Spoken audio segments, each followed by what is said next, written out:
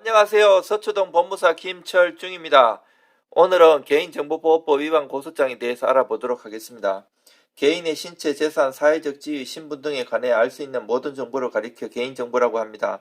그 유형으로는 신분과 관계된 정보는 이름이나 주민등록번호, 그리고 주소와 가족관계 또는 휴대전화번호 등이고, 종교나 가치관 또는 정치적 성향과 같은 내면적인 정보도 모두 개인정보에 포함됩니다.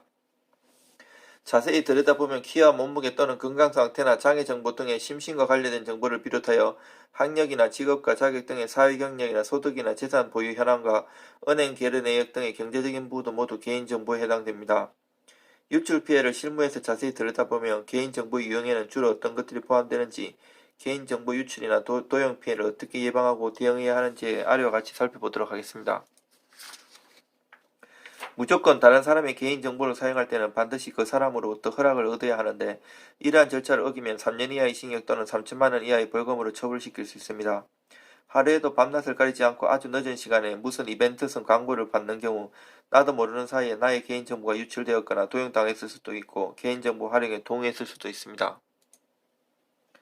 개인정보가 어떤 기업의 마케팅이나 길을 가다가 보셔서 아시다시피 분양업체의 홍보 목적으로 제공된다는 사실을 전혀 모르고 휴지박스 준다고 해서 개인정보를 기재한 채 개인정보 활용에 동의하면 이런 피해가 발생할 수 있습니다. 대법원은 개인정보보호법 제72조 2호에 규정된 거짓이나 그 밖의 부정한 수단이나 방법으로 개인정보를 취득하거나 개인정보 처리에 관한 동의를 받는 행위를 한 자에 해당한다고 판단하고 있음을 참고하세요. 불법으로 취득하거나 광고를 목적으로 취득한 개인정보 유출은 내 개인정보가 보이스피싱 범죄를 저지르거나 소액결제 문자메시지 등 스미싱 문자 범죄를 저지르는데 범인들이 개인정보를 악용하는 사례에 동원됩니다.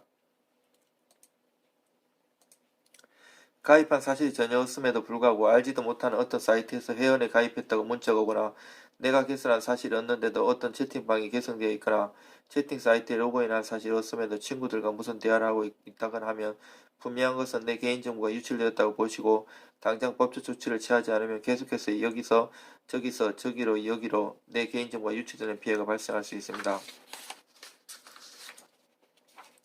전혀 알지도 못하는 누군가가 내 개인정보를 유출해 잘못된 곳에 사용하거나 범죄에 동원될 경우 심각한 피해를 볼 수 있으므로 개인정보는 항상 조심해야 하고, 가급적이면 사용한 개인정보는 바로 삭제를 요청하여 개인정보를 삭제하는 것이 좋습니다. 정보통신망 이용 촉지 및 정보보호에 관한 법률 49조 비밀 등의 보호에 의하면 누구든지 정보통신망에 의하여 처리, 보관 또는 전송되는 타인의 정보를 훼손하거나 타인의 비밀을 침해, 도용 또는 이익을 누설하여서는 아니 된다고 규정하고, 같은 법 제49조 2 속이는 행위에 의한 개인정보 수집 금지 등 제1항에 의하면 누구든지 정보통신망을 통하여 속이는 행위로 다른 사람의 정보를 수집하거나 다른 사람이 정보를 제공하도록 유인하여서는 아니 된다. 제2항 정보통신 서비스 제공자에게는 제1항을 위반한 사실을 발견하면 즉시 방송통신위원회나 한국인터넷진흥원에 신고해야 한다. 제3항 방송통신위원회나 한국인터넷정보원은 제2항에 따른 신고를 받거나 제1항을 위반한 사실을 알게 되면 다음 각호의 필요한 조치를 하여야 합니다. 위반 사실에 관한 정보의 수집, 전파. 둘째, 유사 피해에 대한 예보 정보. 3.